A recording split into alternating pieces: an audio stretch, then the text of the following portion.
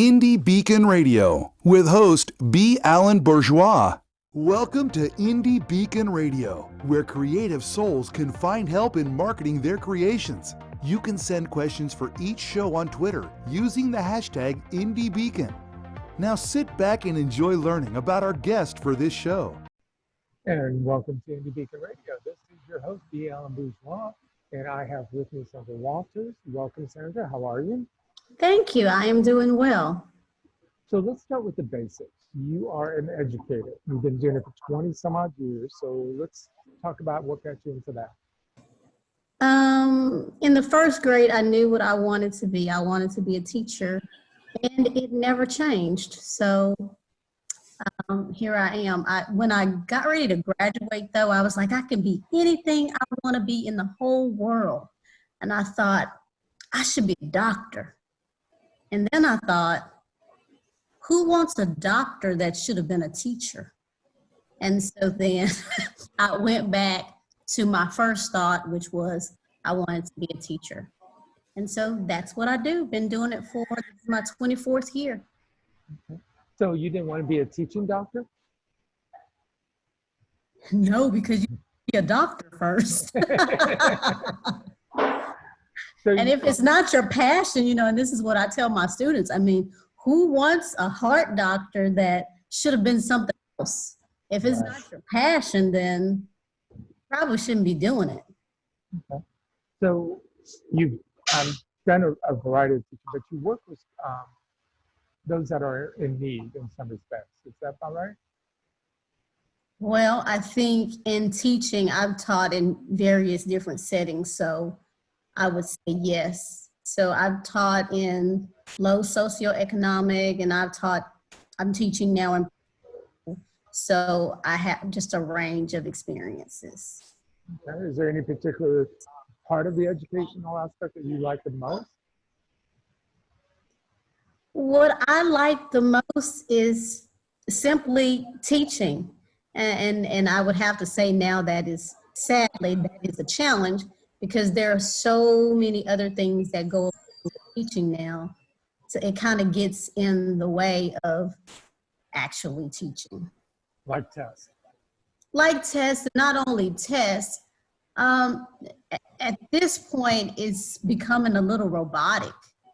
Depending on where you teach, they want you to teach exactly the way the teacher next door teaches. So you're all supposed to be teaching the same thing at the same time and teaching it the same way.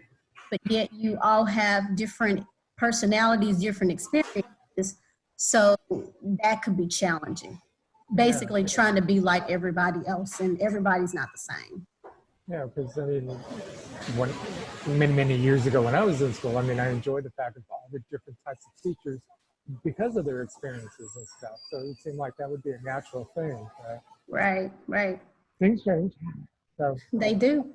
Now, through the process of teaching, you chose to write a book called Secrets. Why was I born in this family? So what was the reason behind that? Well, my book actually is my story. And when I was younger, I always knew that I was going to write a book. And I knew that I was going to write about my childhood experiences. As a child, I always felt like my story was unique. And I think the reason I thought it was unique because I was looking at TV and I was looking at these families and they were nothing like my family. So I knew that I was probably about the age of 11. I knew that I was going to write a book, but I just did not know when. And as a teacher, of course, we don't really have a whole lot of time. So I really wasn't thinking about writing a book. And I would have to say, when I actually knew that it was time to write, certain things had happened in my life that I just knew that it was time. Okay. So, let's try to unpack a lot of this here without giving away too much. But let's start with, what is the basic premise of the book? The basic premise of the book, it's about this little girl. Her name is Shannon, and I'm Shannon. Shannon just basically goes through her life story. And she always feels like she's alone. And she always asks the question, God, why was I born in this family? Why did you give me these people as my family? It just seems like nobody else has a family like this, just me. And so she goes through her life, but you see, even though things are hard, God is always with her. And so that's why when you look at, I don't know if they can see the book, but when you look at the book, it has like the sunshine behind it. And that's the representation of God always being with her. So even though things are hard, there are very, some dangerous situations she gets into, but God just still, he guides her through every single difficult time. But she doesn't really realize it maybe until maybe the end, how much he's actually with her. And that seems to be for a lot of children, where they feel that they, why am I part of this family? I feel different. I feel stranger than they are. They're really goofy and I'm more normal. Right. So how did you apply that to your teaching? Or are you allowed to use that in your teaching? I can use my book, like actually currently we are reading my book in my class right now because I am in a private school. In a public school, I don't know that they would allow me. I mean, maybe it would depend on the school, but I don't know that they would allow me to read my book because it has a lot of religious undertones to it. So I don't know if they would allow me, but because I am teaching at a private school, they do allow me to allow the students to read the book. So with that in mind, what grade would you say is the most appropriate for you, or age range? Well, my book is written for like preteens to young adults. And of course, adults read my book because a lot of them understand the story of, basically, if they're from a dysfunctional family, whether they're a kid or they're an adult, and, they connect with the story. There are a lot of us out there. There are. So using the fact of dysfunction, that can come in a lot of different ways. It can. How can you take that concept and apply it to the different types of dysfunctional families or family members? Well, my book covers drugs. It covers alcohol. It covers neglect. It covers crime.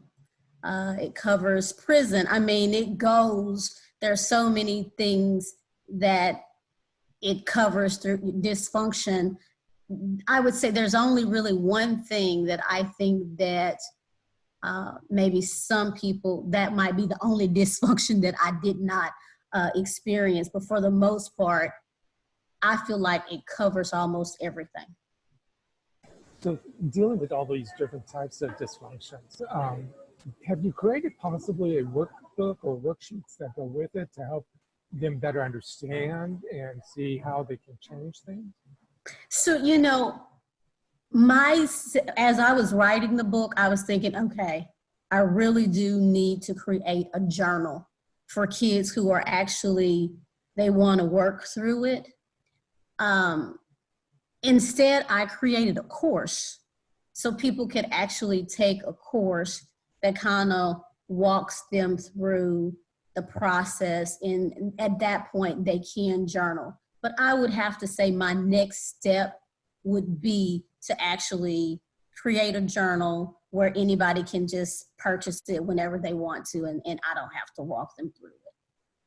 So have you taught this outside of the school, in small groups, church groups, or anything? I have not.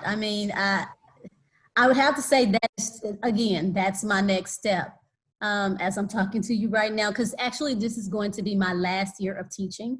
So I only have like a few months left, and I'm going to journey out there, and that's going to be a part of my journey. So let's just see what happens. Well, good. That's definitely something I think would work well for a lot of people in a lot of different ways, whether you specifically look at one type of issue, such as drugs or whatever, or if you do it as a group situation. I mean, you have so many different ways you can do different things with that. So it'd be interesting to see how you work through that. Do you have, as you said, for your last year, are you looking to have already started the workbook, or is that still I mulling have through your? not already started. Well, I guess I have, in that I've created the course. And so maybe I would say I'd have somewhat of a rough draft because I've created the course. Not only that, when I am teaching each chapter with my students, I have questions that we work through. Like, for instance, the first chapter is my birth story. And so then I asked my students to write there, because they're journaling. That's what they do while we're reading this book. So their first question is, what is your birth story? And so then they start writing down their birth story. The interesting thing about that is, for some kids, even though it's a private school, they had some uncomfortable stories. And some of them, they said, I really don't know my story. And then we talked about how your birth story really affects how valuable you see yourself. So, I mean, I had one girl, she's adopted, and she said, well, Miss Walters, I don't know my birth story. I don't know my mom. I don't know my dad. All I know is my mom just left me in the hospital. She left me in the hospital, and I was sent to an orphanage. So that's my birth story. And, I just think that those stories are hard, and people don't know how much, all the way back to their birth story, it affects them until to this day as to what they think about themselves. Even at the, you're teaching this or you're discussing this with your class, which is a younger group. So even at Yes. my age or your age, we Right. see things differently. And so have you ever thought about going back and revisiting that story and seeing how you may have changed your thoughts about it or anything? My birth story? Yes. I don't think that I feel like every time I read the book, especially when I'm reading it with my students, I do revisit it because we have discussions. And so they have different ideas about things. Where I actually might think very negative about something, they might figure out how it's a positive. Or, like, for instance, my grandmother, in my eyes, was very mean. In their eyes, she was very tired. And so she only acted the way she acted was because she was tired and frustrated and not mean. And I was like, oh, well, that's interesting. So they made me see things just a little bit differently. So, I mean, I love having these discussions because it allows them to think about them, but they also give me some insight on maybe some things that I didn't see, maybe that my grandmother saw it a different way, or other people saw it a different way. And that brings up some more questions, but we will save that for the next round. Okay. We're going to step away and let our sponsors do their thing, and we'll be right back. The 5th Annual Authors Marketing Event is coming to Granbury, Texas, July 24th through the 27th. Join us and learn from the professionals how to properly market and sell yourself and your books. Go to ame.authorsmarketingguild.com for all the details. That's ame.authorsmarketingguild.com. I'm Rox Berkey. And I'm Charles Brakefield. We're award-winning co-authors, Brakefield and Berkey, of the Enigma book series. There are 10 books in these series, with book number 11 planned for release in January 2020. Each story has a central technology focus ranging from identity theft to cryptocurrency and now AI wars. These adult techno thrillers pit cyber good guys against cyber thugs across the darknet. In our world, technology is today's weapon of choice. You can enjoy ebook format, paper, or Audible, we want your feedback. Until the next story, thank you. Thanks. Well, hello there, my friends. My name is Randy James, independent voiceover producer in the Dallas, Texas area, available to write and record a 30-second commercial, much like the one you're hearing right now. It's a great way to help increase awareness and exposure to your book title. It's easy to do. Simply call me and we'll brainstorm on a few ideas, and in a few hours, I'll whip something up and send you a digital file ready to use. Remember, call or text me, Randy James, at 214-762-1942. Hello, I am the author and poet Denise Bryson. I am the author of The Things That Cross My Mind, Love's Reality, both in book and audio form. I am also noted as one of the best poets of 2011. I have two new projects coming up. One is the Blinky series, where Blinky tells us all about our coins and our bills for our children. I also have a book coming out called Say Ye. It's quotes from Denise Bryson, just inspirational and that will help you along the way. Welcome back to Indie Beacon Radio. Don't forget to like us, follow us, or subscribe to one of our many channels. Now, here is your host for today's show. And welcome back to Indie Beacon Radio. This is your host, B Alan Bourgeois, and I am talking with Sandra Walters and her book about secrets. And welcome back. Hold on a second. There we go. I accidentally hit the mute button on you. So welcome back, Sandra. Thank you. Earlier we were talking about the fact that you are going through the process of reading the stories, the book with the kids. Spit it out here. And you said that they helped you see something slightly different. And I can fully understand that, because for a long period of time, I saw my grandparents or my grandmother in a certain way. And it wasn't until her death that I was able to learn other things about her that totally changed how I perceived things and stuff. And it actually released a lot of burden and stress. Mm-hmm. So I can see how other eyes can see things and help you grow. So my question at this point is, the book is fairly new. So you haven't had a chance to talk to a lot of kids or anything, but have any of the kids come back to you through the process and said, I talked to my mom and dad about this, and, my first thought is now changed, or anything of that nature? I don't, I have a student that is now writing his book. And he said that he just had a really hard time with his dad. He felt like his dad was really hard on him. And so he felt like it of course it shaped him, and he was angry for a long time. And so he asked me if I would help him write his book. And he's one of my students from last year. So he did say that he and his dad are finally getting closer. And part of that, I think, is because he moved out and he's on his own. So now he can see maybe some of the things and maybe appreciate a lot of the things that maybe his parents did for him, that maybe when you're living with your parents and you haven't had to pay the bills, you don't understand maybe why they may be a little bit frustrated or a little bit hard on you. So I think he's seeing things a little bit differently. Yeah. Good. Okay. So you said the first part, it was about your birth. What are some of the other chapters that you've discussed with your kids, or that you want to share now with the audience?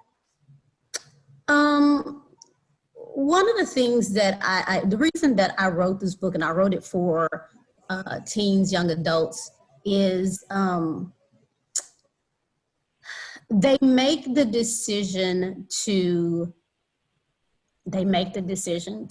have sex sometimes, and they do it early. And they're taught, especially in our culture, when you feel like you're ready, go for it. And of course, they don't think about the consequences of it because they just want to have fun. So what they actually get to see is they get to see the consequences of what happened because of the decisions that my mom and dad made.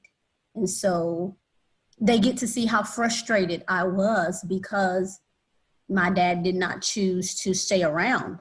So, but there are a lot of kids that are, their dad isn't in their life, or their mom isn't in there. I mean, our culture has changed so much. It used to be that it was the dad, but now it could be the mom and the dad, or now it could be the mom.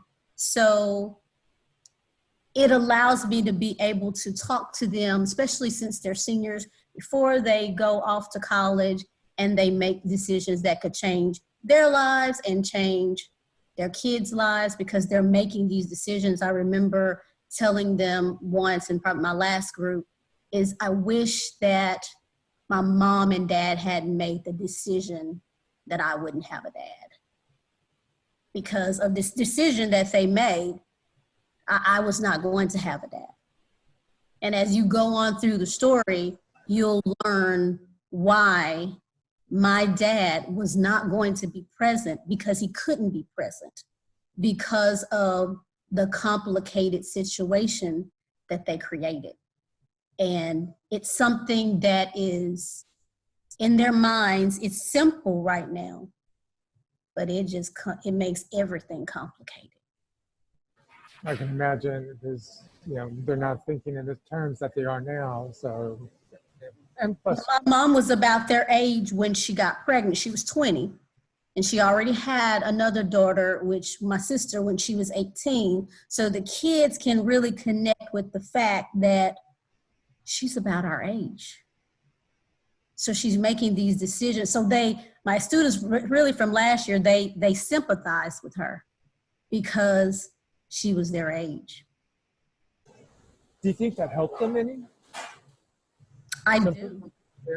I Not do. just sympathizing, but really understanding. This is what I told them. I said, I really did not write my book you're not my target market. They aren't. Private school students are really not my target market. I teach at a private Christian school. And so, I'm assuming that a lot of these morals, they should just kind of automatically have. Most of them have mom and dad at home, just because of the nature of where we teach. So, where I teach. So I really did not write my book for you. But at the end of it, they would say things like, I really did learn a lot. And I think they learned a lot because they're not used to seeing a family that's broken like that, in that way. Does that make sense?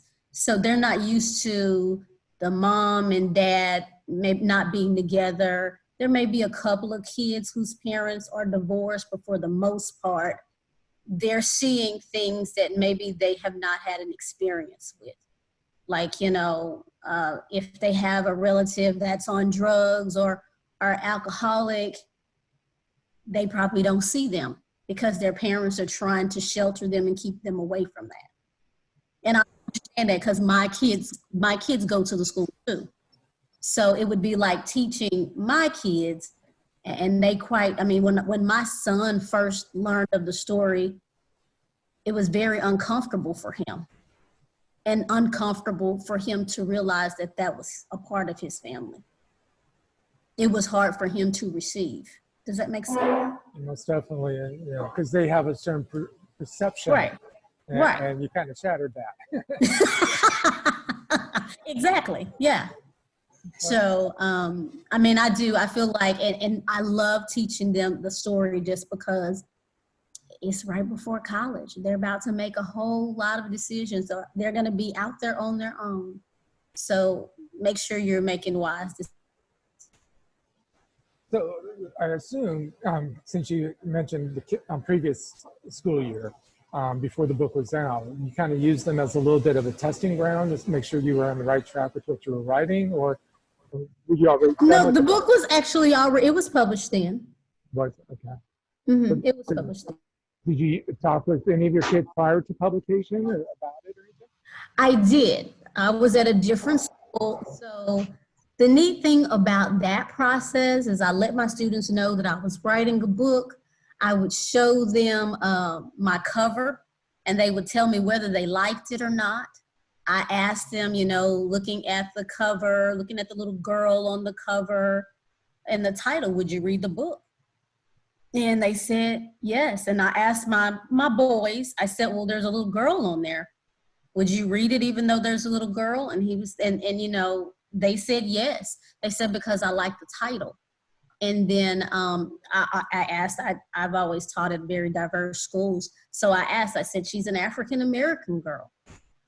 Would you read it? Should, you know, because I'm thinking, okay, well, maybe I shouldn't have, you know, a color, you know. So they said, no, I would still read it because I like the title. And I even had, I had some of my students read the first chapter. And so then they actually told me, they asked me some questions about some things, and I changed it based on their feedback.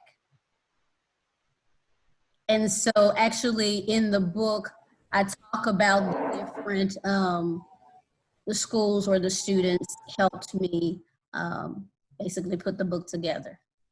Because I used their feedback, and then at the end of the book, I actually talk about one of my classes and how I gave the kids the opportunity to share their stories and how brave they were in sharing their own stories. Great. This is a perfect spot for us to stop and let our sponsors do their thing, and we'll be right back. Thank you for watching or listening to Indie Beacon Radio. Our sponsor, IndieLector.store, is the only bookstore that pays authors their fair share for book sales. Help authors to succeed and enjoy a great book by supporting them at IndieLector.store. Enjoy a 10% discount with coupon code SHOPPER20 at IndieLector.store. Coupon valid until December 31st, 2020. That's IndieLector.store, coupon code SHOPPER20. What started as a love letter to her son has become an international love letter for all parents to their children. Now you can read acclaimed author Shanalee Charbonneau's story to your children. When her son was very sick, she calmed him by singing her own song to him. She turned that song into the book, My Mama Loves Me, I'm Her Little Boy. She wrote 3 more magical books for all parents and kids 6 and under. Available at Indie Lector, Amazon, and all local and national outlets. We Fiction is a fun, fast-paced writing contest for any author team to create a book based on what readers submit for plot, characters, locations, and even plot twists. Learn more about this unique contest at wefiction.dearindie.org. Authors Marketing Guild is a membership-owned organization designed to help authors succeed and learn how to better market and sell themselves and their books. Join us at authorsmarketingguild.com and receive so many benefits you'll wonder why you didn't join sooner. That's authorsmarketingguild.com. Welcome back to Indie Beacon Radio. Don't forget to like us, follow us, or subscribe to one of our many channels. Now, here is your host for today's show. And welcome back to Indie Beacon Radio. This is your host, B Alan Bourgeois, and I have Sandra Walters with me, and she's been talking about her book, Secrets, Why Am I Born to This Family? So, you know, your book, of course, is available on Amazon. Where else can people find the book? Pretty much on Amazon. You can also go to my website, and my website is my name, SandraAnnWalters.wixsite.com. And that's where you will be able to find my book too.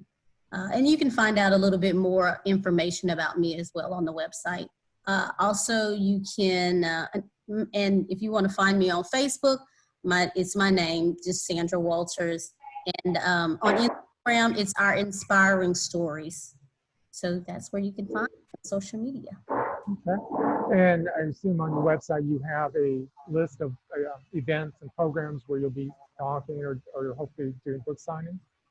Yes. Okay. And through all of this process, what is the one thing you would like to part with people who may either want to be writing or, you know, are just at that process of trying to figure things out? In other words, do you have words of wisdom for future writing? I would say set out some time for writing. And if you think I don't have time, just turn off the TV. If you turn off the TV, you'll find that you have time to write. That is so true. So you're working on the next book, which is course and stuff of that nature. Any other things that you got in the back of your mind you want to work on? I'm also working on a book called Teaching Under the Influence. And it's basically teaching, and it's another spiritual book, teaching under the guidance of the Holy Spirit or God, because you cannot teach in the public school system. And it's just so different now. You can't just teach and not have a relationship with God, because if you don't, you might end up on the news. I mean, it could be as simple as you lost it. You lost it because kids are not as respectful as they used to be. No, they're not.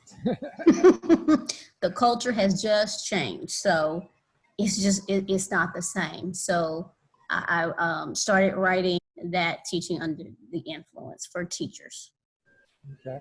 So when you first said that title, Teaching Under the Influence, my mind immediately went to drugs or alcohol because of Right. teacher stress and stuff. So, I got it. Yes. But I think and I'm glad you said that, because you got to have a good title. That title at least made you question. That is very true. So good luck with that. Thank you. So when are you hoping to have your course book or coursework finished and ready to go? My course should be ready to go by this summer. So by the I would say by the end of May, my course should be ready to go.